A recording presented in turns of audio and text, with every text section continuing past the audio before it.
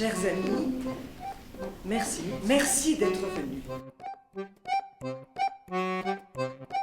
Quant à moi, je l'avoue, j'ai bien failli ne pas venir.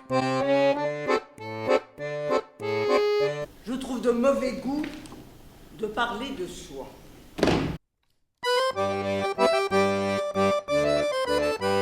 Je ne veux pas être supportée comme un fardeau, mais recherchée et appelée comme une compagne libre.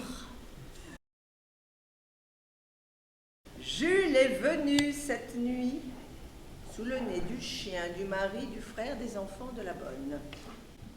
Il était là, dans mes bras, heureux, battu, caressé, mordu, grognant, pleurant, riant. Cette nuit encore, je veux qu'il vienne.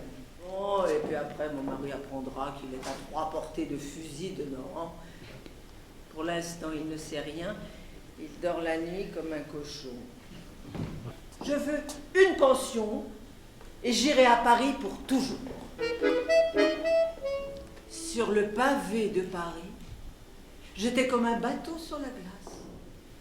Quel plaisir me firent mes bottes.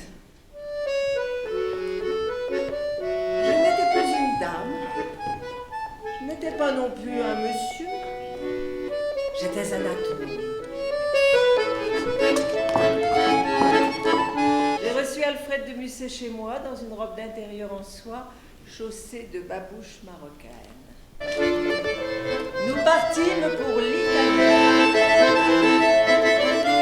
À Venise, une horrible diarrhée s'empara de moi.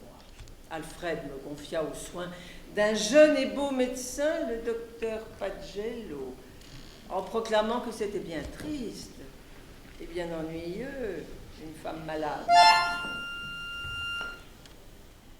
Je suis aussi bien guérie de Musset que l'empereur Charlemagne du mal de dents.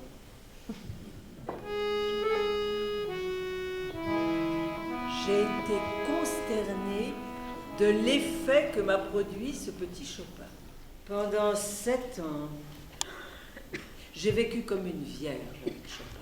Février 1848, l'émeute tourne à la Révolution. Mais v'là occupé comme un homme d'État, plus le temps de pioncer.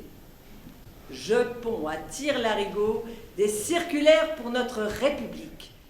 Peut-il être dans les desseins de Dieu que les uns crèvent d'indigestion et que les autres meurent de faim? La politique est une comédie en ce moment. Nous avions eu la tragédie. Finirons-nous par l'opérette? Sur la route, un gros cochon empêche notre voiture de passer. Manceau lui allonge un coup de fouet. La mèche s'enroule et se noue à la queue du cochon qui se sauve en faisant... La fermière court après et la v'là qui s'écrie en dévissant la queue de son cochon. V'là une chose et ma gênante.